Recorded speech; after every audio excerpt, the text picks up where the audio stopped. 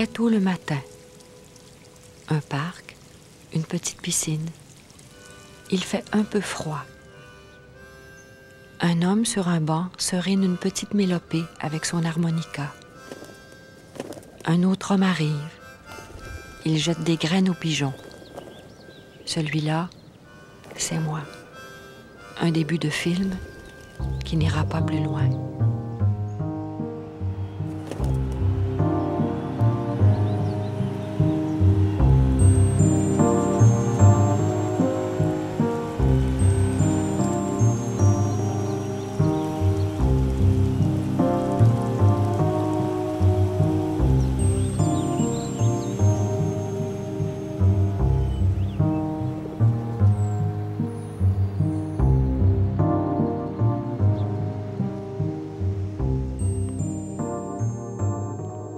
Le 5 novembre 1986, il écrit sur un bout de papier « Je m'appelle Claude Jutras ». Le plie soigneusement, l'introduit dans sa vieille ceinture de voyage, franchit le seuil de sa maison et s'en va pour toujours.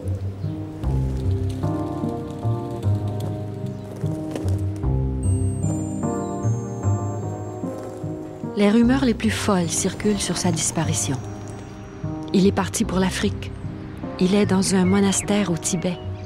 Il est tombé amoureux. Il joue à cache-cache, tout à fait Claude. Mais dans le fond de nos cœurs, nous savions tous qu'on ne le reverrait plus jamais.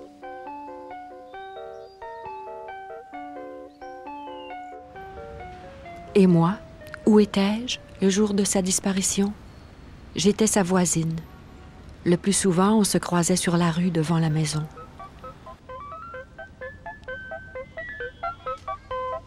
C'est lui qui a pris cette photo de moi avec ma fille. Il était toujours là aux fêtes d'anniversaire, assis par terre avec les enfants. J'ai joué dans un de ses films. C'est moi là, à gauche. Il a joué dans un de mes films, dans le rôle d'un docteur.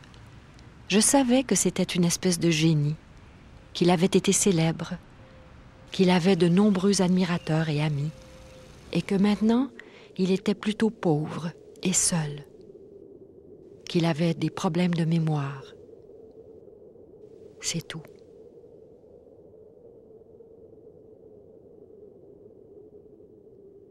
Aujourd'hui, plusieurs années plus tard, je me demande qui était-il, cet homme plein d'ombre, né dans la lumière?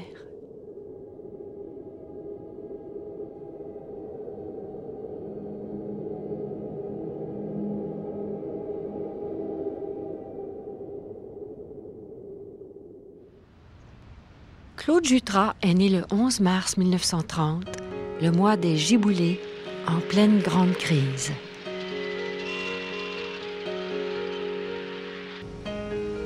Élevé sur la rue Sainte-Famille, à Montréal, il est le fils aîné d'une famille bien connue dans la bonne société de l'époque.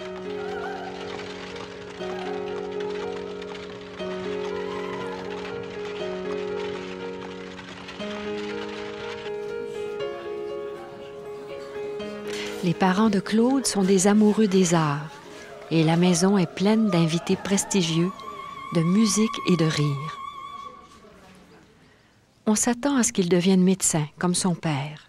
Mais un jour, alors qu'il a 8 ans, le destin frappe pour le petit Claude. Un cousin leur rend visite avec un projecteur. On accroche un drap au mur. Un voilier apparaît, immobile. Mais soudain, la voile bouge. C'était la première fois que je voyais une image bouger sur un écran. Ce fut le coup de foudre, le coup qu'a dû ressentir Jeanne d'Arc en entendant ces voix. Pour ses 16 ans, son père lui offre une caméra. Dès qu'il la tient dans ses mains, le cinéaste est à l'œuvre. Il cherche, il expérimente. Qu'arrive-t-il si je fais ça? Ou ça?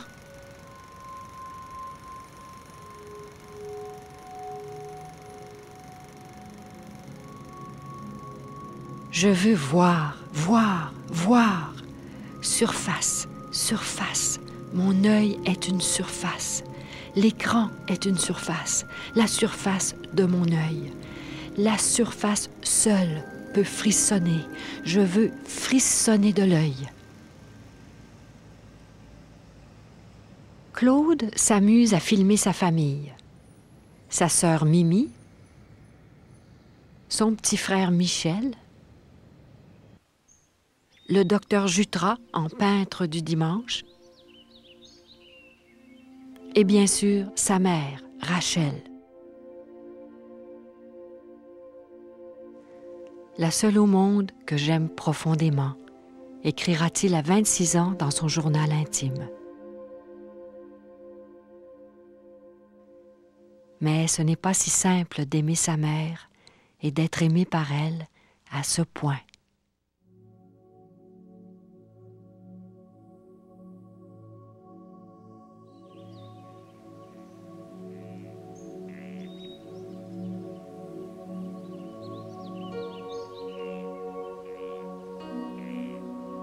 Depuis toujours, l'eau, son mystère, sa volupté, son appel mortel, ses secrets, son ombre, attirent Claude Jutras. Lorsqu'il filme son petit frère qui saute à l'eau au chalet de ses parents à Rivière-Baudette, il fait pour la première fois ce qu'il va faire toute sa vie, au propre et au figuré.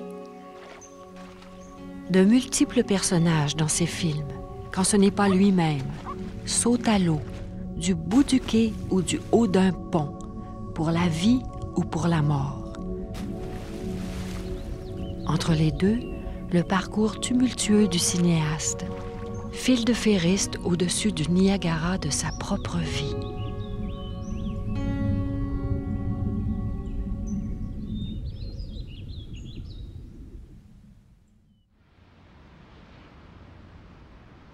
Claude et sa sœur Mimi, cinéphiles enragés, se déguisent en grandes personnes et passent leurs après-midi au cinéma. Là, dans le noir, Claude apprend son métier et à 18 ans, il est fin prêt pour son premier film. C'est un étonnant début et déjà typiquement Jutras. Mettant en vedette une troupe scout, Le démon du lac Jean-Jeune raconte l'histoire d'un jeune garçon prisonnier d'un fou.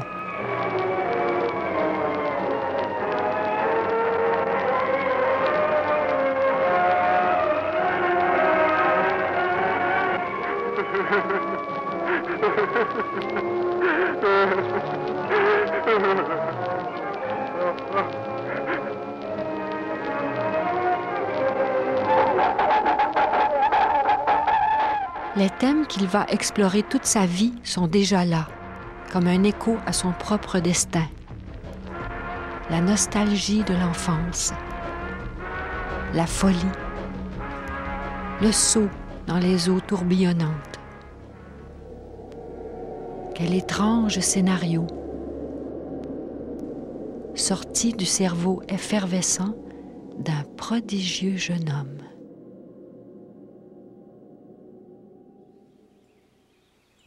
Le tournage terminé, Claude invite un des chefs scouts, Michel Brault, au chalet de ses parents pour l'aider à monter le film.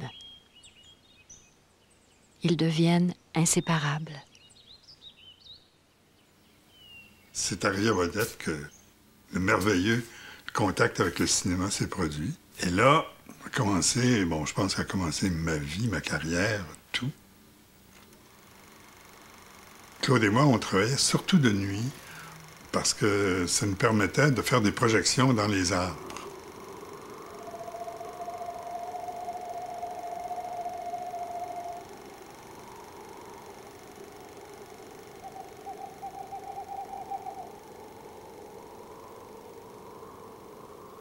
Ça, c'est tout ce que Claude avait apporté. C'est lui qui était le génie. Moi, je faisais que suivre. Hein. J'avais les yeux grands comme ça. Metteur en scène, auteur, scénariste, caméraman, maquilleur, directeur du montage, directeur, producteur, etc. Lui, assistant en tout.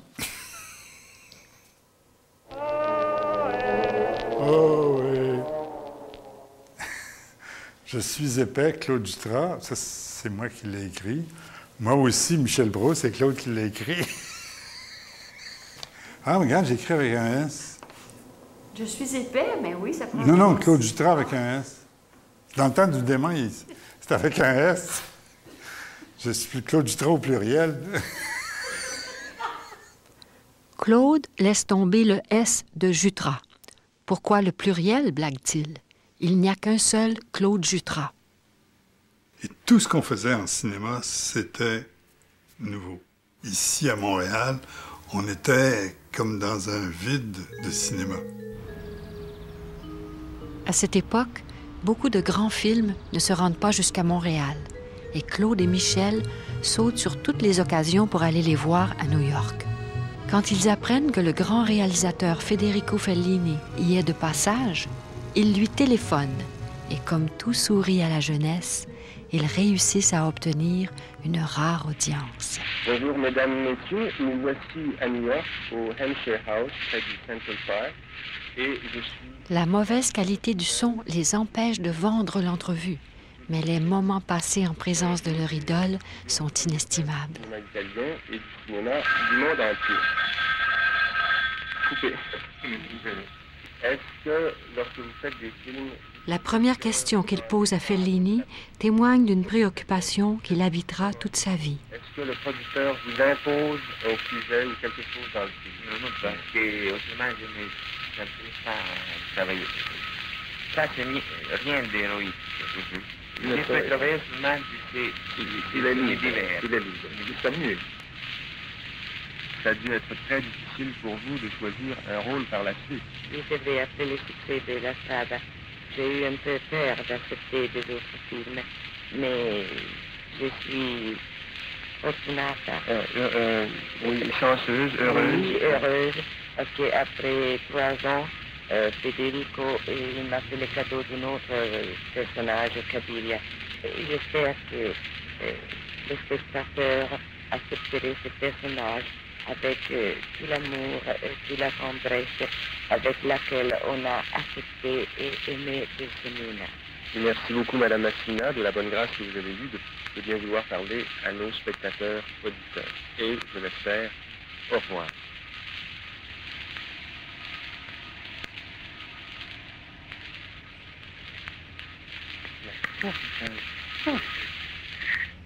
Les Fellini nous ont dit, on doit partir, rangez vos trucs, puis quand vous sortirez, vous tirez sur la porte, puis c'est... Alors nous, on se retrouve tout seul dans la suite de Fellini et Giulietta Massina. Alors, tu comprends comment on était des grands gamins. Il y avait sur l'oreiller du lit, il y avait le creux de la tête de Giulietta. On allait se coucher sur l'oreiller. Il y avait les restants du petit déjeuner avec des bouchées dans les toasts. Alors, on mangeait la même toast que Fellini. Et Giulietta, tu comprends, elle était complètement fou. Hein?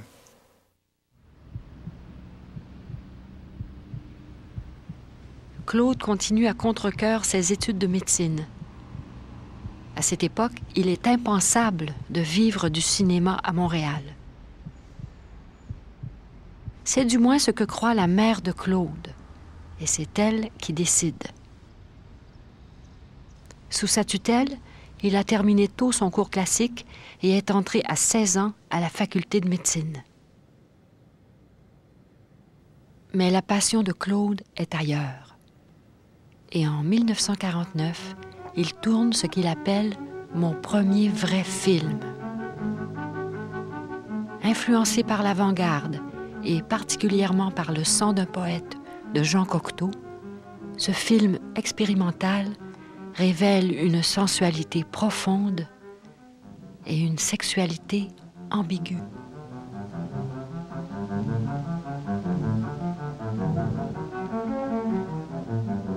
Et c'est Claude qui tournait. Je vais peut-être tourner quelques plans. J'ai tourné un plan dont je suis sûr, parce que c'est le plan où mon frère, qui est une des vedettes du film, est jeté en bas du pont. Mon frère ne voulait pas sauter. Alors Claude s'est déguisé en mon frère et c'est lui qui a sauté. Claude était intrépide, il n'avait aucune peur.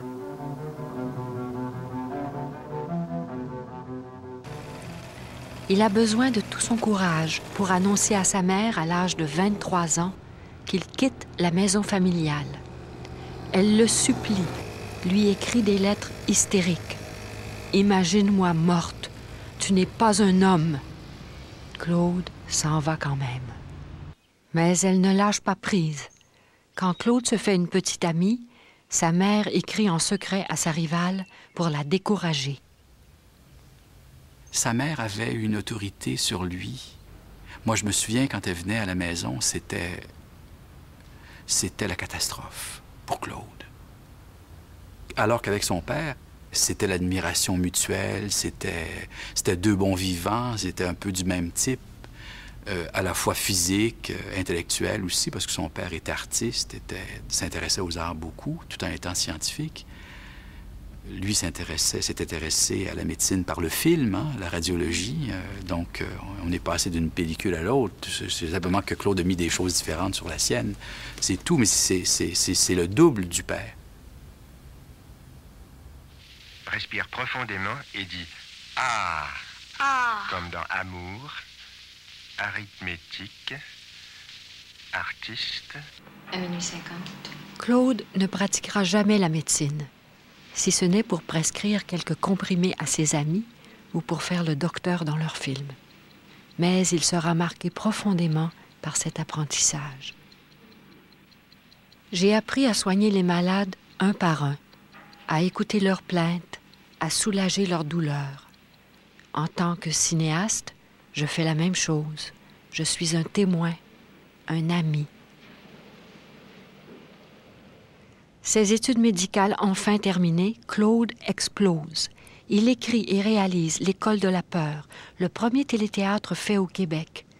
Véritable encyclopédie du cinéma, il anime Images en boîte, une émission pour cinéphiles. Partout, c'est un leader, une inspiration, un hôte parfait. Mais ce qu'il désire vraiment, c'est faire du cinéma. Avec Michel Brault à la caméra, dans un esprit de totale liberté, il réalise un petit film de création pure.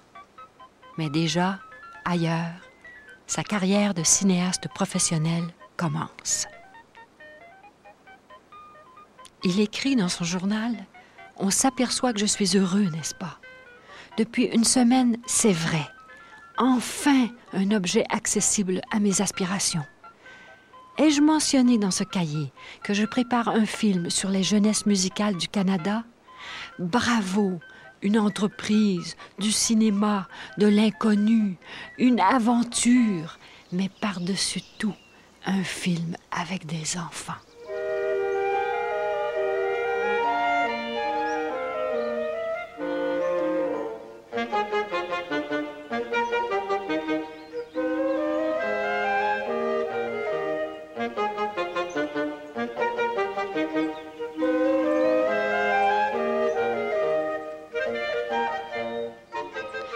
Je suis illuminée de joie.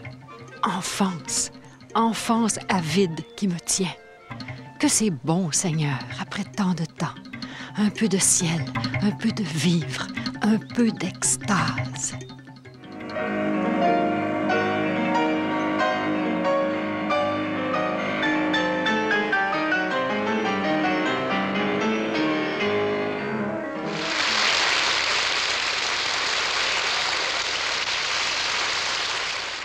Ce qui est important dans tout ça, c'est qu'il y a des hasards incroyables, mais aussi des événements qui ont fait que Claude et moi et d'autres, on a pu exploser.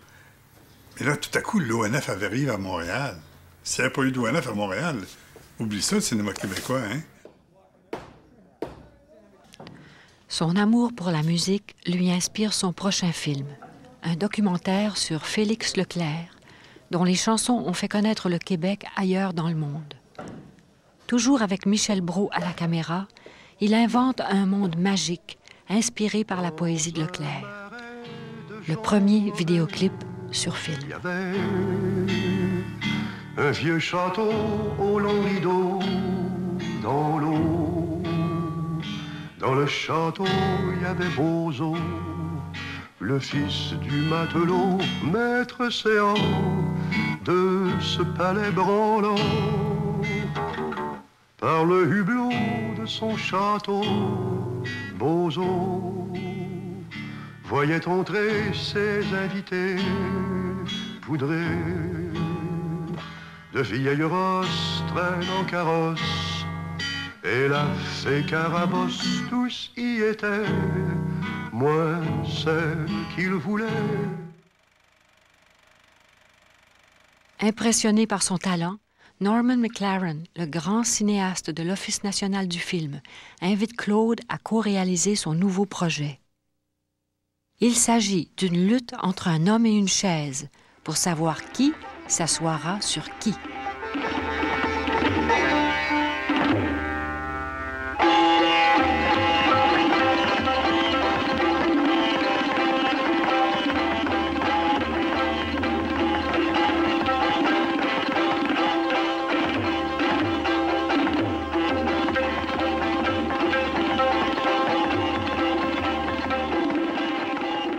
Bien avant que les Beatles ne découvrent Ravi Shankar, Claude et McLaren utilisent sa musique hypnotique comme trame sonore.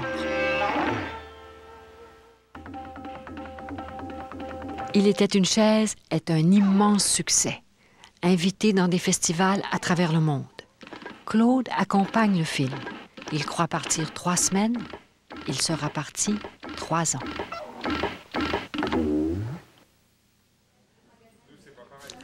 En France, il rencontre le cinéaste François Truffaut, avec qui il se lie d'amitié. Truffaut invite Claude à porter à l'écran un scénario de Jean Cocteau. Claude accepte avec empressement. J'étais celle qu'on sonne. Vous m'avez sonné une nuit comme beaucoup d'autres personnes, et ce n'est pas assez d'ennui pour qu'on assassine.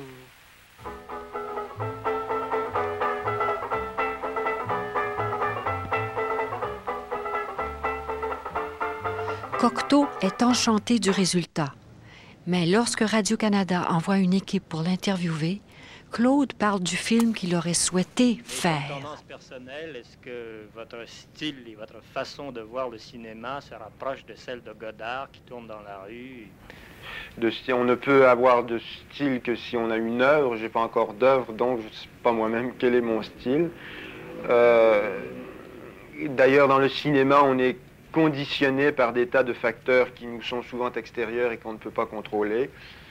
Ainsi, par exemple, dans mon admiration pour Godard et sa manière de faire, et de la nouvelle vague en général, j'aurais voulu que ce film, Anna la Bonne, soit un truc à l'emporte-pièce, comme à bout de souffle. J'aurais voulu faire la photo moi-même, que ce soit un film presque improvisé sur place. C'est un film qui, malgré moi, à mon insu, est devenu très cocteauesque. On le tourne comme Cocteau tournait La Belle et la Bête. Claude s'installe à Paris. Malgré l'océan qui les sépare, la relation de Claude et sa mère brûle toujours avec autant d'intensité. Depuis ton départ, mon cœur est vidé. Comme je t'aime. 15 jours sans nouvelles. Si cette coïncidence ressemble aux autres, je n'ai plus qu'à penser qu'une Joan, une Gladys ou une Déborah a pris place. Tu ne peux pas savoir jusqu'à quel point je me suis martyrisée, combien j'ai pleuré et j'ai eu mal à la tête, jusqu'à croire que je faisais une tumeur cérébrale. 10 jours sans nouvelles. Je me suis dit, je pars ou je crève. J'apporterai la machine à écrire et copierai tous tes travaux. Comment conçois-tu notre existence à Paris? Ma chère maman, autant que je t'aime, je n'accepterai pas de renoncer à ma vie. J'ai acquis ma liberté au prix des larmes, presque du sang. Elle m'est indispensable. Autrement, je suis foutue. N'espère pas t'installer ici. Je me refuserai toujours à la cohabitation. Je ne peux donc pas me mettre en ménage, même avec ma mère. Parfois, il faut fermer les yeux et le cœur, pour la simple raison de survivre.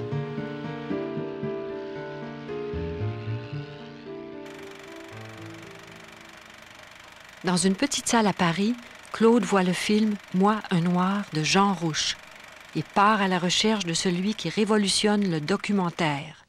Caméra légère, lumière naturelle, là, en Afrique, le cinéma direct est en train de naître. Avec l'aide de Rouch, Claude réalise un film sur la nouvelle République du Niger. Et ces images d'Afrique débordent d'une sensualité et d'un humour qui caractérisent tous ses films.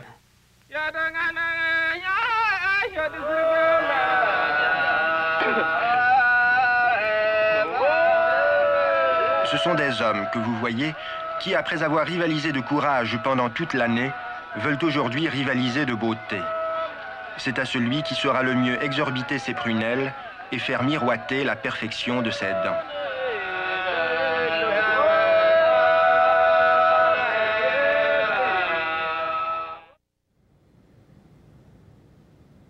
Quand Claude revient au Québec en 1960, tout est en train de changer. Le premier ministre Duplessis est mort, après un règne interminable et sans partage. C'est la fin de la Grande Noirceur. Un jeune Québec cherche sa voix. Bob Dylan chante que les temps changent et Claude Jutras lance sa propre révolution tranquille, à tout prendre. Non moins qui t'a pu écouter,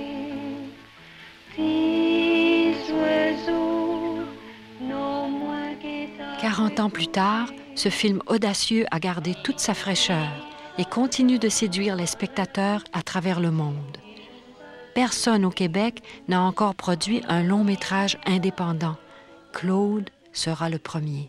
It was a privilege to be there in the 60s, starting to make movies. Is when I think cinema has changed because of the Nouvelle Vague, the French Nouvelle Vague, because of Godard, Truffaut, Vardar, René, Demy, Rivette, Romer, etc.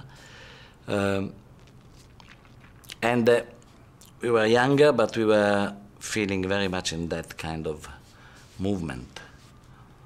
It was very much when cinema started to think about itself. Le cinéma canadien existe-t-il? This big question, qu'est-ce que c'est le cinéma? What is cinema? Comme tout bon révolutionnaire, il recrute d'abord ses amis. Claude était comme le leader. Il pouvait demander ce qu'il voulait. Tout le monde y allait. Et tout le monde le sentait fragile et en même temps le sentait très, très fort. Ce film-là, il voulait le faire. Il l'a fait avec rien, avec l'aide de ses amis. Mais moi, je suis parti avec lui à un moment donné pour aller faire un emprunt. Il faisait un emprunt de 16 000 $ personnel pour se payer son film. What can I do for you, my boy? I would like to borrow some money. Il y a des équipes à l'ONF qui, des fois, ne tournent pas les fins de semaine. Donc, il me téléphonait, puis il me disait, ce soir, on va te laisser le station devant chez toi, puis on te met les clés dans la boîte aux toilettes. Et là, on tournait toute la fin de semaine, jour et nuit. C'est effronté, sans bon sens. Rien n'était impossible. We were talking about cinema, also about life. But life was always coming through cinema. It was like if our movies were more influenced by cinema than by our stories, our lives. I think we would have kind of killed for a beautiful shot. Or been killed. It was all our life. Claude décide de centrer son film autour d'un personnage qu'il connaît très bien. La jeunesse. Tant de bonheur aura donc flambé sans jeter la moindre lueur autour de moi. C'est ma dernière chance, je le sens. Le moment de jouer le tout pour le tout, afin d'expédier honorablement ma jeunesse et me débarrasser enfin de tous ces personnages en moi, qui sont ce que je ne fus jamais et qui me hantent. Je hais le monde entier. Je suis prêt à n'importe quoi pour me venger d'avoir été mis au monde. La souffrance des autres m'intéresse au plus haut degré. En échange de ce spectacle intéressant, je vous fais le présent de ma compassion.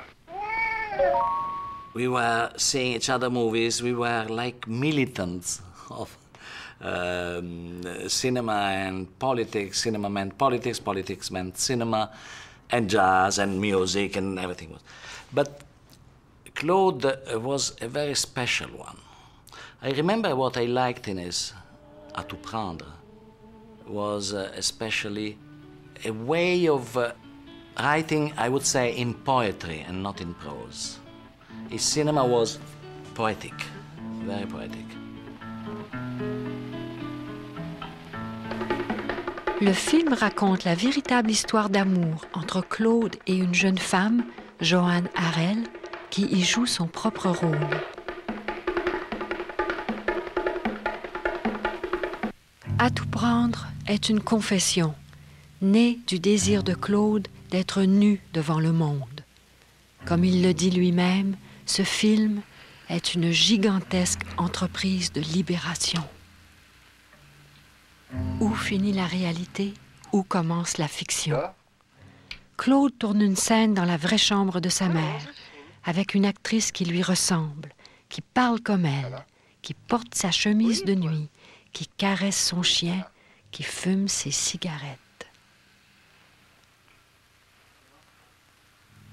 J'ai quelque chose à te dire. Je m'en doute. J'ai épousé Johanne.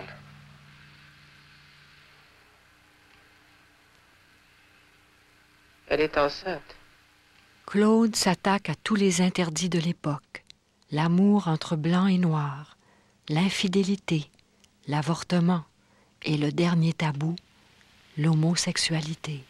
Amour, aimes-tu les garçons?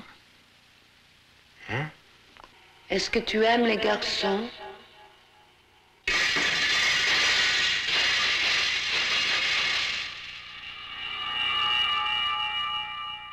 Je ne dis pas oui, pas plus que je ne dis non. Ainsi s'échappe le secret que je séquestrais depuis des temps plus lointains que mes premiers souvenirs. Johanne a fait cela. De ses mains de femme, elle a ramassé le plus lourd de mon fardeau. Elle m'a fait avouer l'inavouable, et je n'ai pas eu honte, et je n'ai pas eu mal. Je trouvais ça impudique, mais aussi, j'admirais ça. Je me disais, Claude, parmi nous, là, c'est celui qui est le plus franc avec lui-même, plus franc avec son entourage. Il s'expose, tu sais. Moi, je n'aurais pas fait ça, jamais. Claude travaille d'arrache-pied et finit son film juste à temps pour le Festival du film de Montréal de 1963. Il remporte le prix du meilleur film et les critiques s'empressent de dire que c'est un chef-d'œuvre ou un navet. Œuvre bâclée, paresseuse, molle et d'une prétention qui n'est pas assez marquée par le cynisme de Jutras pour faire choc. Jutras n'est pas capable de se détester jusqu'au bout ou de se faire saigner comme il aurait voulu. Le sang, pas celui d'un poète, d'à tout prendre, n'est qu'une tomate pourrie écrasée sur l'écran. Mon Dieu, c'est terrible qu'il faut attendre 30, 40 ans pour dire « Wow, quel truc, quelle intelligence, quelle ci, quelle ça. » Il était un bon cinéaste, une personne qui a de l'avance sur les autres. S'il a trop d'avance, il n'y a pas de succès. S'il est en retard, c'est un con. Bon, alors, c'est quoi le juste milieu pour avoir du succès? C'est d'avoir 2 ans d'avance sur les gens? Je ne sais pas.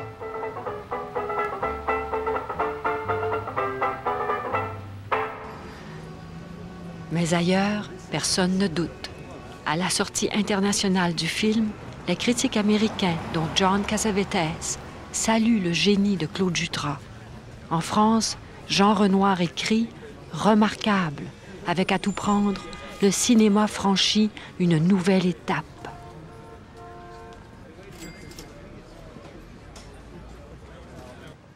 À tout prendre ne sortira jamais en salle dans le reste du Canada, mais les médias, curieux, viennent au Québec rencontrer son auteur. We have a great advantage, which is cultural identity. We know who we are, and, we are culture of its own, French-speaking, but not European, and totally surrounded by English-speaking cultures. And I wouldn't like to be an English Canadian because I don't think it must be fun. It's much easier to be French Canadian because if you're, all the good, talented English Canadian people, when they very soon reach the top and then they go to London, to New York, to Los Angeles, and they become English or American. I'm French Canadian, and I know exactly what I am.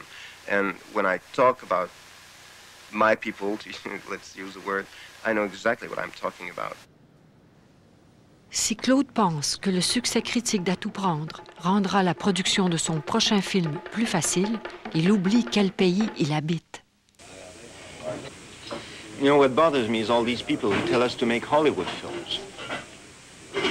Like the producers who want us to write Hollywood scripts. Like the unions who want us to use Hollywood-sized crews. And like those critics who know nothing about us, about our abilities, about our preoccupations, and who keep complaining that we're not making Hollywood films. And the distributors who won't even show our own films in our own movie houses. Why? Because Hollywood films are their bread and butter. And the government, who could help us, who should help us in so many different ways, and doesn't. Do I sound like an angry young man? Don't get me wrong. It's just that when I think of all these silly things that keep standing in our way in this country, I'm not angry. I'm mad. So in the meantime, we have to wear many hats, most of which don't really fit.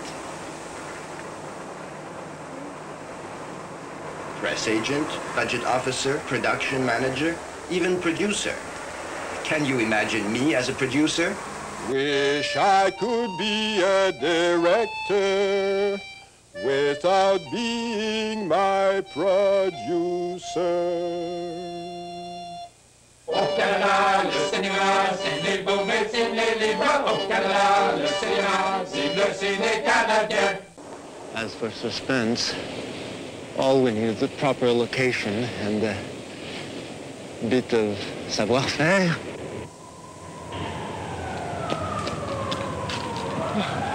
No, no. We need government support! La production d'À tout prendre laisse Claude couvert de dettes, sillonnant toujours Montréal sur sa vieille Vespa. Un jour, en traversant le pont Jacques-Cartier, il frappe une grosse roche tombée d'un camion. Quand il se réveille à l'hôpital, il a une fracture du crâne et on lui a coupé ses beaux cheveux bouclés. Les boucles repousseront, mais pour ses amis, Claude ne sera plus jamais le même. Je crois que Claude a changé un peu à partir du moment où il y a eu son accident. On aurait dit que la vie devenait plus tragique pour lui. Parce qu'il ne faut pas oublier la dimension tragique dans la vie de Claude, là, qui apparaît. Les années folles de jeunesse, là, ça se transforme, ça mûrit, ça a donné beaucoup de réflexions et probablement beaucoup d'angoisse à Claude.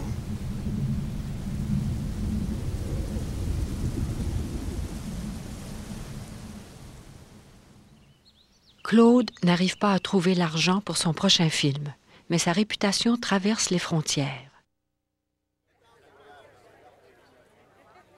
La prestigieuse UCLA, l'Université de Los Angeles, l'invite à venir enseigner dans sa nouvelle école de cinéma. Il s'abandonne corps et âme à la contre-culture. Il essaie toutes les drogues et se lie d'amitié avec un jeune étudiant nommé Jim Morrison.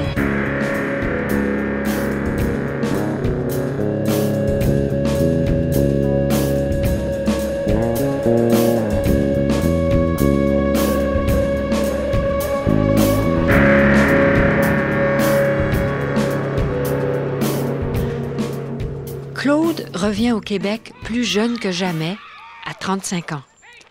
Il réalise 2 documentaires pleins de révolte et de contestation. D'abord, Roulis roulant, puis Wow, dans lequel les protagonistes réalisent leurs fantasmes. Voici celui de Claude.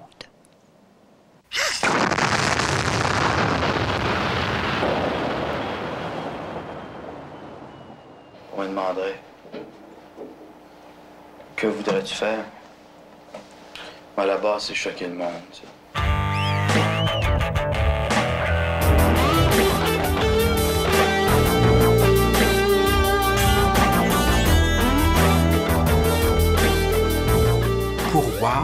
Comme tous les autres, d'ailleurs, on était là toutes les fins de semaine. Donc, il s'est soudé des choses à ce moment-là qui, dans notre cas, Claude et moi, se sont jamais défaits. On a fait des folies ensemble pendant presque une nuit complète.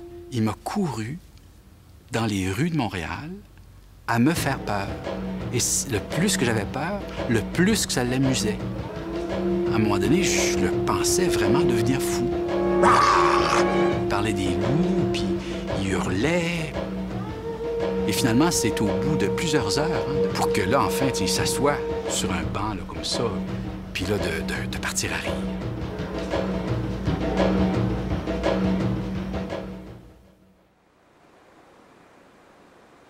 En 1969, Claude a déjà réalisé une douzaine de films. Il meurt d'envie d'en faire un vrai, un long métrage, avec un scénario et des acteurs. Il va réaliser son rêve.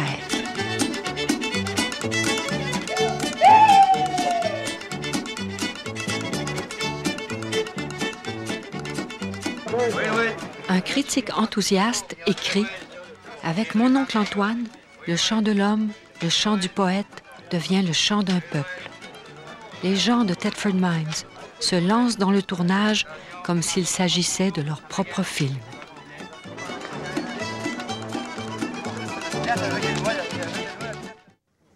Claude n'est pas en pays étranger ici. En 1949, pendant la fameuse grève des mineurs de l'amiante, le jeune étudiant Claude Jutras est parmi ceux qui viennent manifester leur soutien. So I knew the place, and the place was very different then because the whole countryside was absolutely petrified with asbestos. I was there in the summertime, and it looked like a winter scene, although it was, like summer. And you touched the leaves of the tree, and they were hard as stone.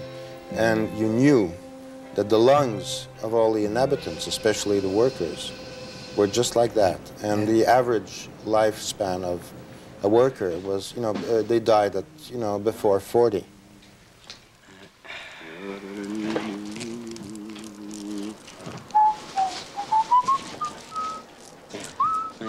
Le film relate les souvenirs d'enfance du scénariste Clément Perron, qui a grandi à Asbestos pendant la crise, bien loin de la jeunesse dorée de Claude.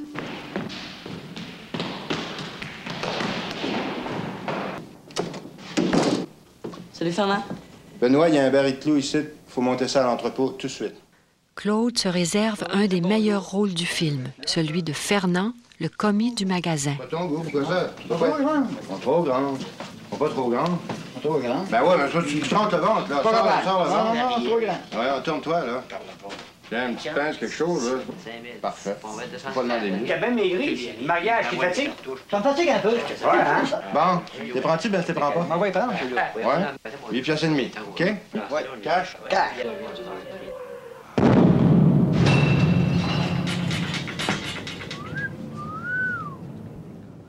Le film raconte le monde à travers les yeux curieux d'un jeune garçon, avec tout ce qu'il comporte de trahison adulte.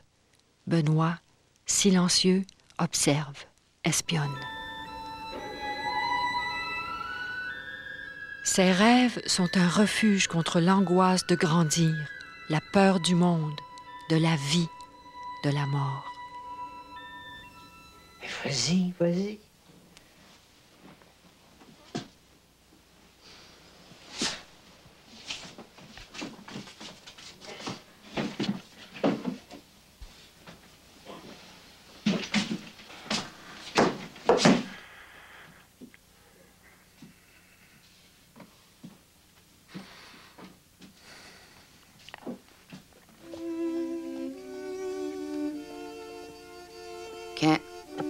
Patron de la mine qui garoche ses bébelles, il n'y aura pas encore d'augmentation de salaire cette année. La même chose que l'an passé. Oh!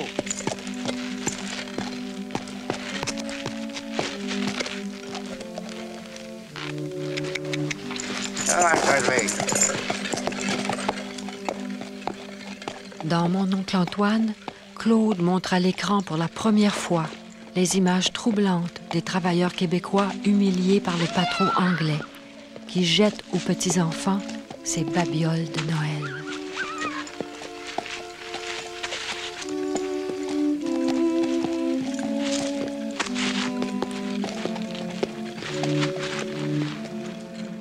Quand Benoît et ses complices se révoltent, tout le village se réjouit en silence.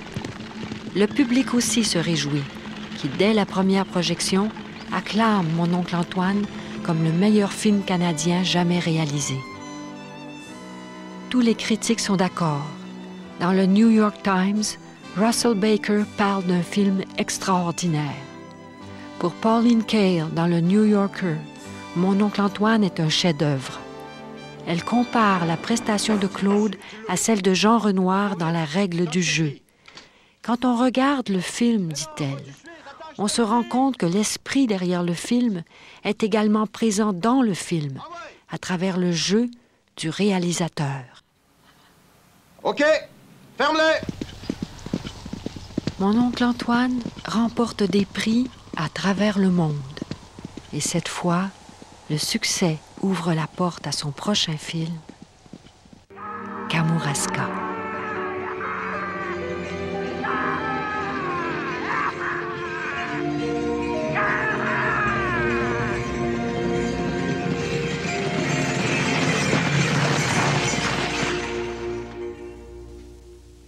Mon seul, mon terrible amour. Le film a tout pour réussir. Un scénario inspiré du best-seller d'Anne Hébert, un réalisateur consacré, le plus gros budget jamais vu au pays, une vedette internationale, Geneviève Bujold, et l'œil de Michel Brault.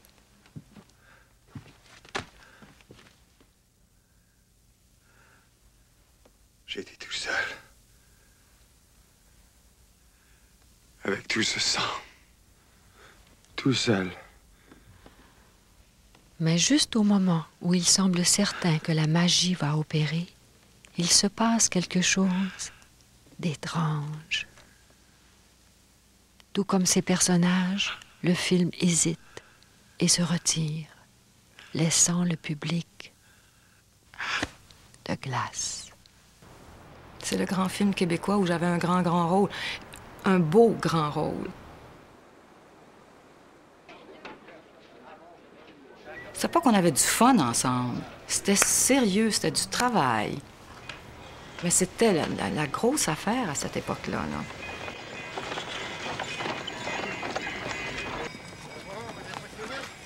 Mais sur le plateau de Kamouraska, il y avait deux grandes forces. Il y avait Claude Jutras et il y avait Michel Brault. Et il y avait moi. C'était une pyramide. Je faisais à Michel une confiance absolue. J'étais en sécurité de savoir que c'était lui qui était derrière la caméra. Surtout, de ne pas vieillir. Claude était plus comme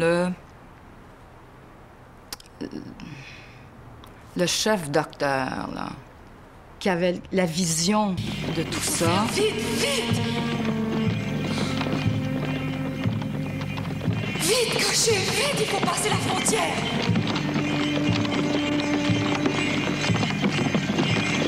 Vite! Attention!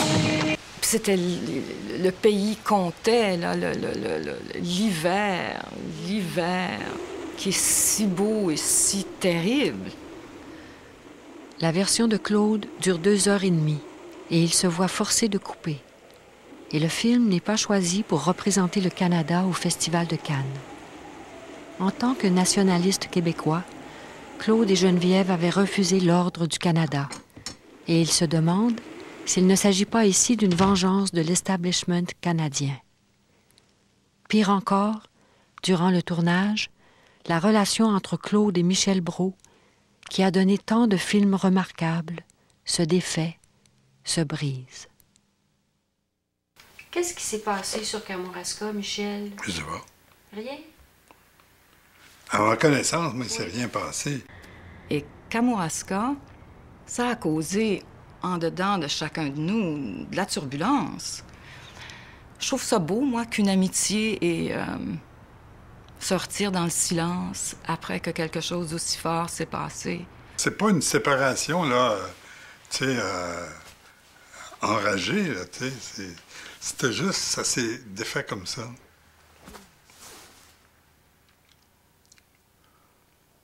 C'est inexplicable. Moi, je peux pas l'expliquer. Il faudrait que Claude te l'explique, mais pauvre lui. Claude est parti. Claude est parti. Avec son secret.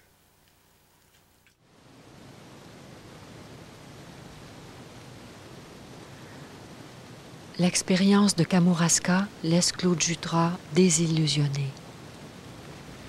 Those who put money in films have their own idea about what is commercial, quote. And although some of my films have made money, and a lot of their films have been flops, they still hang on to their idea. And they, when I come up with film project, they say, slap me in the back and they say, you're very good, you've got a lot of talent, but don't you think this film would be better anyway from our side? It would be better if it had this or that actor or this or that element in it, and namely a little bit more sex, well, a little bit more violence, you know, a car chase or something. And si je me laissais aller, savez-vous ce que je vous dirais? Mangez de la marde.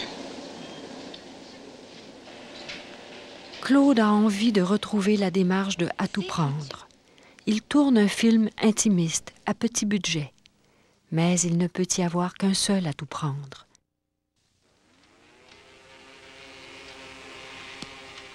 Et l'œil tendre de Michel Brault n'est pas là pour atténuer la dureté de l'histoire d'un couple inspiré à Claude par la relation de ses propres parents.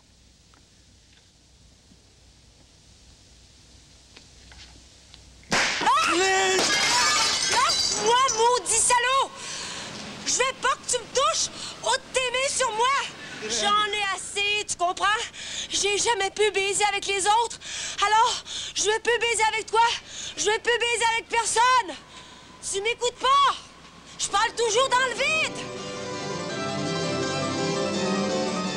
Le film est un désastre. Il est retiré des écrans presque avant son lancement. Ce qui prouve simplement que les grands réalisateurs ne sont pas à l'épreuve de l'échec. Mais en 1975, la production de films au Québec est au plus bas et Claude n'a plus la cote.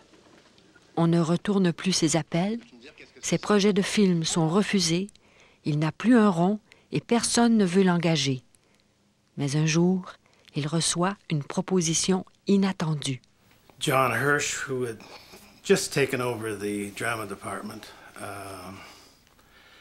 and had just hired me out of the public affairs department to start a documentary drama series, kind of set certain parameters for the series. One was that we would develop and have to develop a whole new set of writers, but that we would try and do our best to hire the very best directors in the country. And to both of us, that meant we had to come to French Canada to get directors.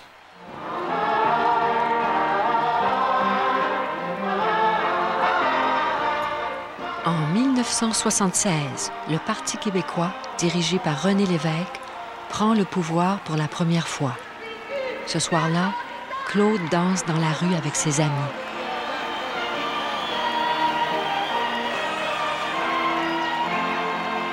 Mais le lendemain matin, il est de retour à Toronto, dans ce qu'il appelle diplomatiquement un pays étranger qui l'accueille en ami, où on l'aime, mais où on ne comprend pas très bien ce qu'il fait là.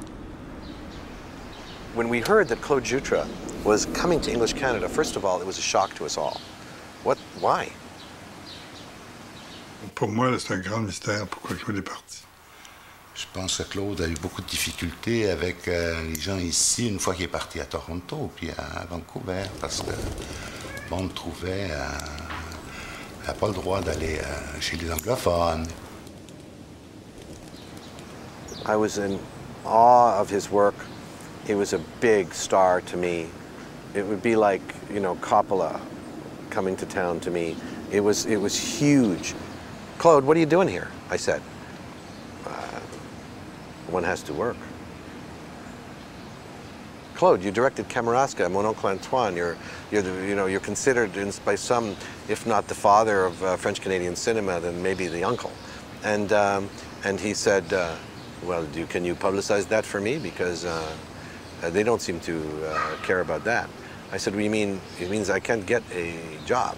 Je pense qu'on a tous cru à tort que Claude avait du fric, qui était riche, ce qui n'était absolument pas le cas. Mais ça, il a fallu le découvrir plus tard. Il avait de la difficulté à tourner. Do you have a film to make in Quebec? And he said, no. And do you have any hopes of one? He said, no, not at the moment. So I said, well, until that happens, here's a film to direct. So it took quite a while to convince Claude to do it. Not because he didn't like the script, but because he had made films which involved a small boy before. And he also really felt that his next film should be made in Quebec. And he was very nervous about. He didn't want, in a sense, to be thought of or to become an English Canadian director.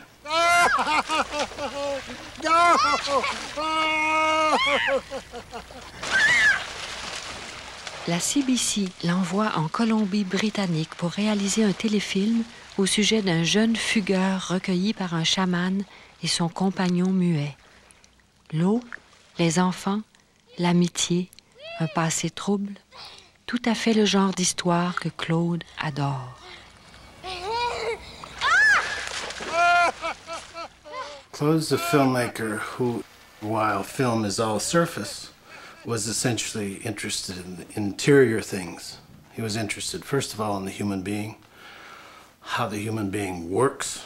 Nothing interested him more than that. Actors. He loved actors. He loved what he could do with actors. He was fascinated with actors. Depuis toujours, la résistance et le courage des laissés pour compte fascinent Claude Jutras. Avec Ada, il se replonge dans le thème de la folie. C'était déjà celui du démon du lac Jean-Jeune 30 ans plus tôt. In all walks of life, he had an affinity for free spirits, for people who were misunderstood. He saw a side of people that wasn't always obvious to the rest of us, because I think he was quite like that himself. He really identified with a lot of the experiences that are in Ada, dark as they are.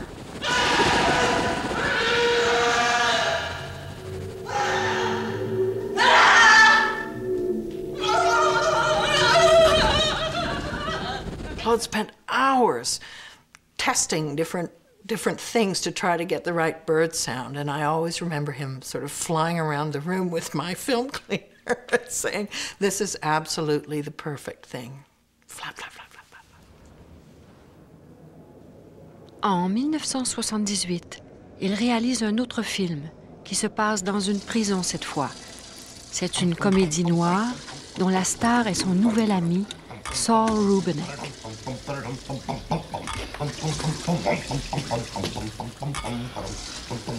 Are you comfortable?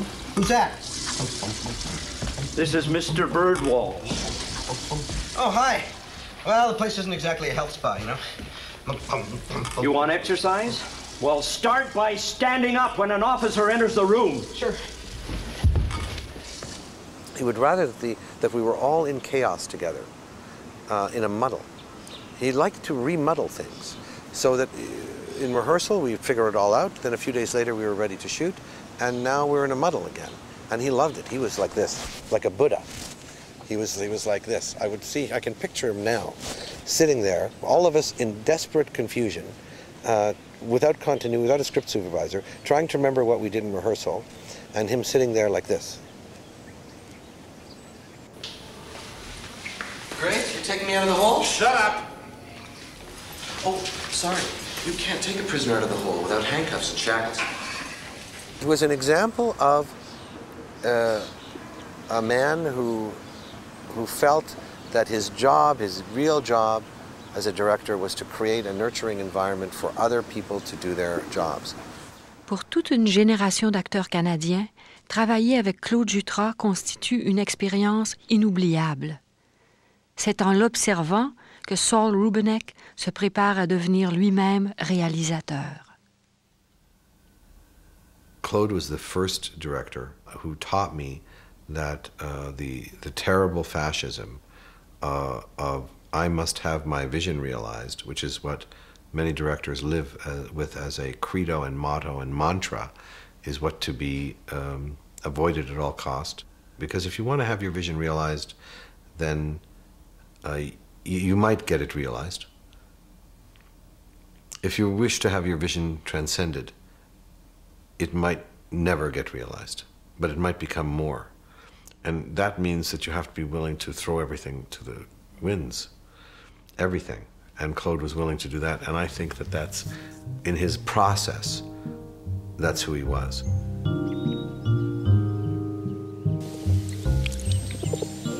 Janvier 1980. Je suis à Toronto parce que je ne veux pas rouiller. Je suis même prêt à aller à Hollywood. Je dois m'accomplir au cinéma. C'est une drogue, une passion. Je garde mes racines. Il n'y a rien que j'aimerais mieux que de faire des films au Québec. Je reviens à Montréal à chaque fois que je peux. Je garde l'œil ouvert. Mais le Québec ne répond pas. Et Claude reste au Canada anglais, étoile solitaire dans le monde contradictoire du cinéma canadien. It's a shell game, and the shell game is art, culture, and nationalism. And as soon as you make it art, they say, yes, but it's not commercial. So you make a commercial, and they say, yes, but it's not national, it's not it's not Canadian or French Canadian. And as soon as you make it French Canadian, they say it's not art or it's not commercial, or you'll get shifted around by these bureaucrats until you die.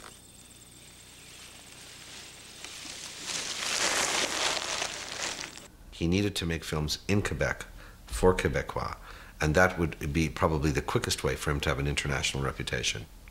And it had to be produced that way, but it wasn't happening as much as it needed to happen.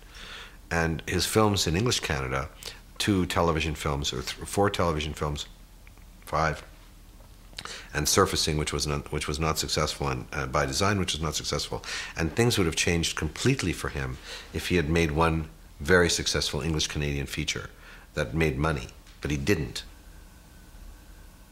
En 1981, Claude a réalisé 5 téléfilms et 2 longs-métrages, sans parler de son travail d'acteur, d'épisodes réalisés pour la télévision, même de la publicité. Il vit dans ses valises depuis 5 ans, en exil au Canada, en exil au Québec. C'est le temps de rentrer.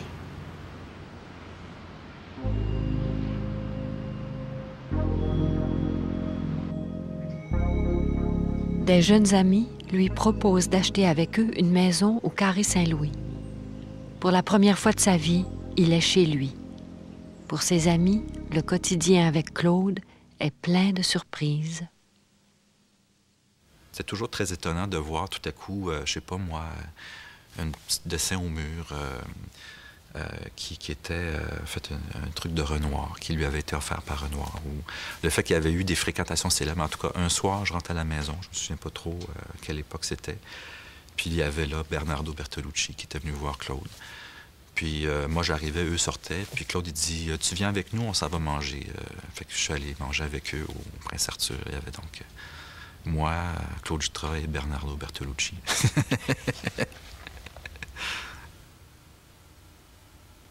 On mangeait ensemble le soir. C'est quelqu'un de très noble, très simple et très réservé. Et jamais qu'on l'entendait vraiment se plaindre. Il y avait une élégance dans ses émotions. Claude, c'est un gars, c'est un grand cinéaste. Mais c'était pas mon oncle Antoine, là, quand on était avec lui, là, c'était Claude. C'était notre ami Claude.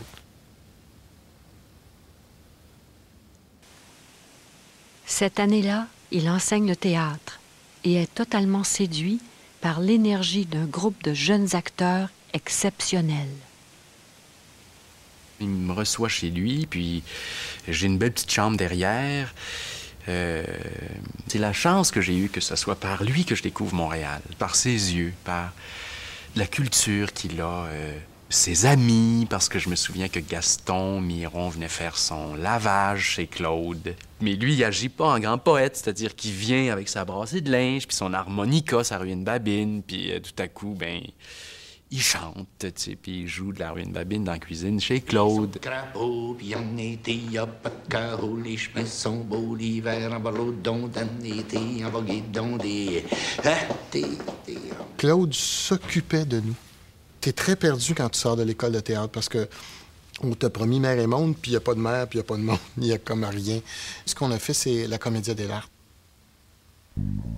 Claude non seulement met en scène cette Commedia dell'arte, mais il prend un malin plaisir à y jouer plusieurs rôles, dansant et bondissant comme un jeune homme. C'est fun parce que c'est une pièce qu'on pouvait jouer n'importe où. Quelques insultes en italien, beaucoup de phallus. C'était à l'époque où la vulgarité n'existait pas. On l'avait comme inventé. Bien, ça a été un show qui a très bien marché à Montréal, mais surtout à Toronto. Bizarrement, on est resté là 3 mois. For a man who had such darkness in him, he had this amazing ability to be playful and joyful. And this show was totally playful, completely joyful, and very funny.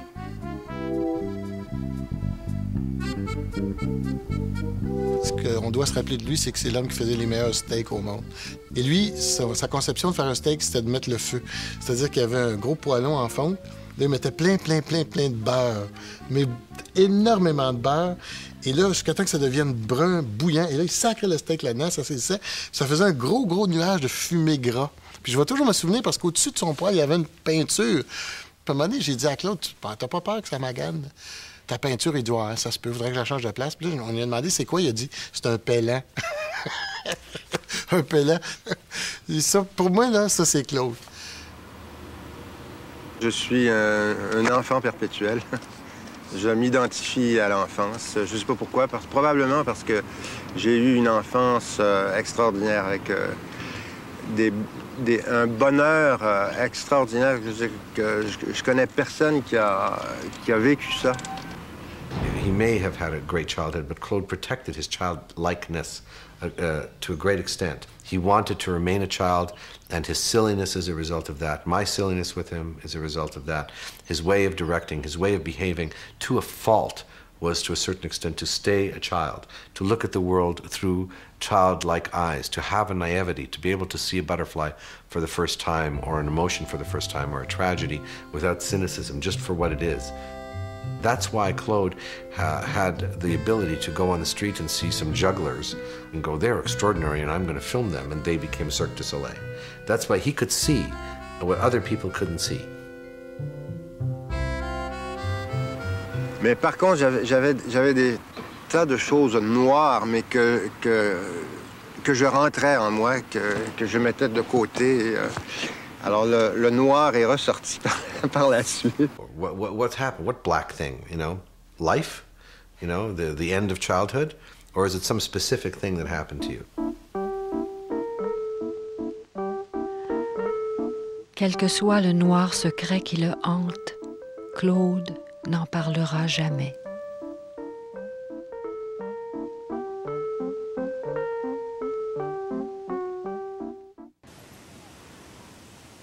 Claude fait le clown avec ses amis, mais il leur cache des problèmes de mémoire de plus en plus alarmants. Il suit un régime, cesse de fumer, de boire de l'alcool. Il devient végétarien, s'adonne à la méditation.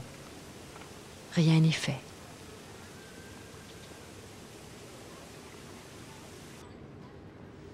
Le jour, il cherche désespérément à garder le contrôle, écrivant tout dans un carnet.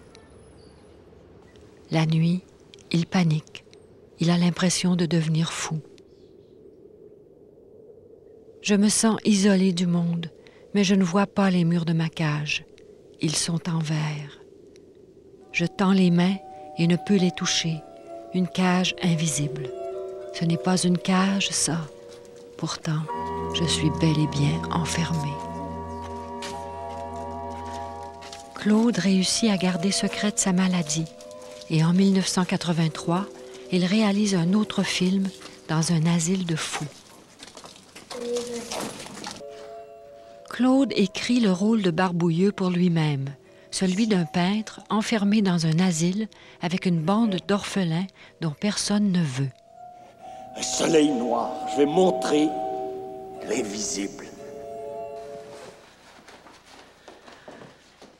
Quand son producteur insiste pour que Barbouilleux soit joué par un autre acteur que lui, Claude est désespéré. Adieu, lumière.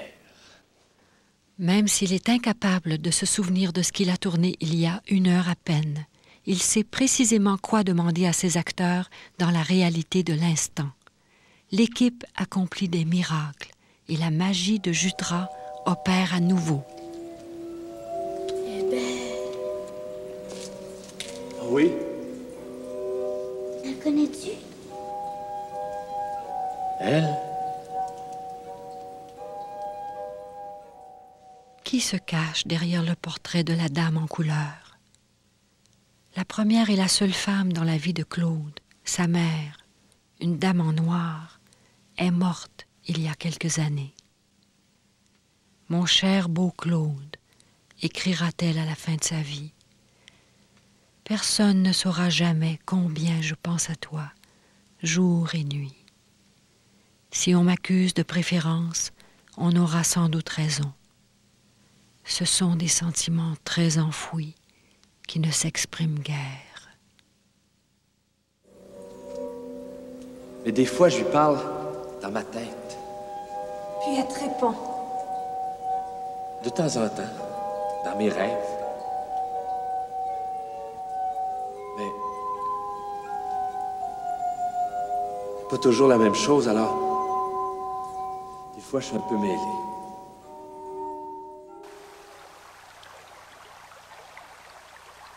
Je crois que tout est fini. Je ne le crois pas, je le sais.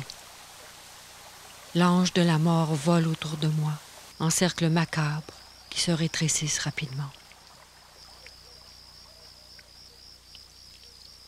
Saint-26, plan 1, prise 7. En 1985, n'ayant aucune idée du sérieux de sa maladie, je lui demande de jouer dans un de mes films, le rôle d'un docteur qui donne des mauvaises nouvelles à une patiente. Il ne se souvient pas de son texte. On l'écrit sur de grands cartons pour lui. Mais Claude ne joue pas, il lit. Et ce qu'il lit, c'est sa propre condamnation. C'est pourquoi nous croyons, étant donné vos symptômes et les résultats de vos examens, que vous êtes atteinte de la maladie d'Alzheimer.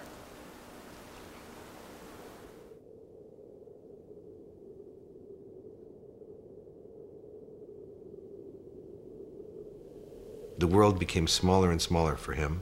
It became cats and painting. He painted.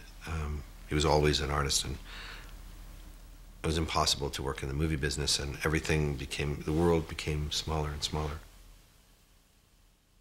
S'acharnant à rester occupé et à gagner sa vie, Claude écrit un nouveau scénario, cette fois avec son amie, la réalisatrice de films d'animation Michel Cournoyer. C'est une histoire pleine d'étranges prémonitions, celle d'un homme qui se noie dans l'alcool. Dans le fond de l'eau, sa mère, son père, son enfance, son passé. À tous les soirs, il fallait aller à la cinémathèque. On partait en courant, puis là, on revenait, mais il dormait pendant les films, les derniers temps. Il dormait beaucoup. Tourmenté par l'insomnie, il ne s'endort que lorsqu'un film scintille sur l'écran, à côté d'une présence rassurante.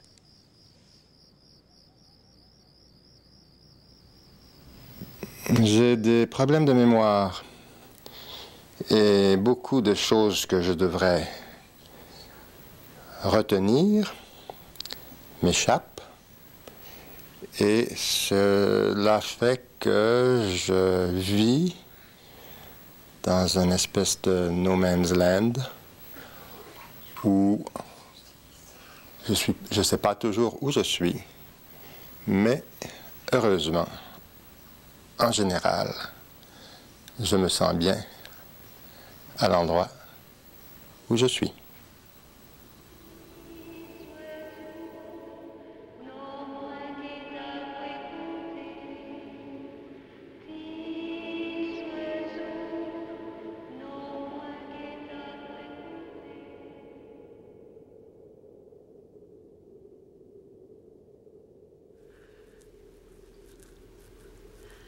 So I went to Montreal, and when we were working together, it wasn't Claude. And then went to the grocery store, and he started writing a check, and he turned to me and said, "How do you make an 8?"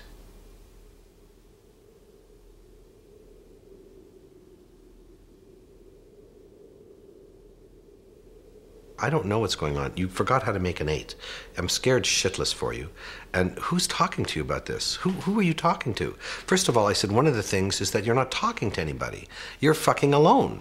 He just, as I was talking like this, he just broke down in my arms.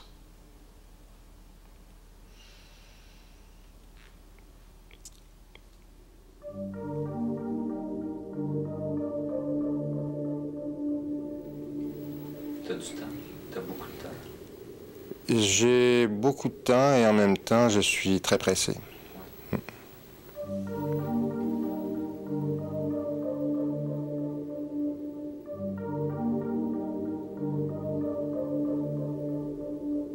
He hated the fact that he was being taken care of. Hated it, hated it, hated it, hated it.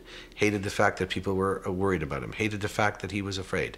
Hated the fact that he was an invalid, that he had to be taken by the hand, that he was becoming a child, that he couldn't think anymore, that he couldn't breathe, that he couldn't be anybody, that his brain was going, that he couldn't be the man that he was. He loathed it all, and it had to end. Claude décide de s'enlever la vie en sautant du pont Jacques-Cartier dans les eaux du fleuve Saint-Laurent. Une mort annoncée depuis le tout début de sa vie d'artiste. Il planifie minutieusement sa dernière mise en scène. Il répète sur le toit pour maîtriser son vertige. Il achète des vêtements chauds pour le voyage.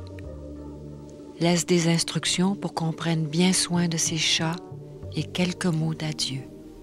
And he must have had a bottle of Courvoisier and finished it, which is, to my mind, an act of extraordinary courage and grace.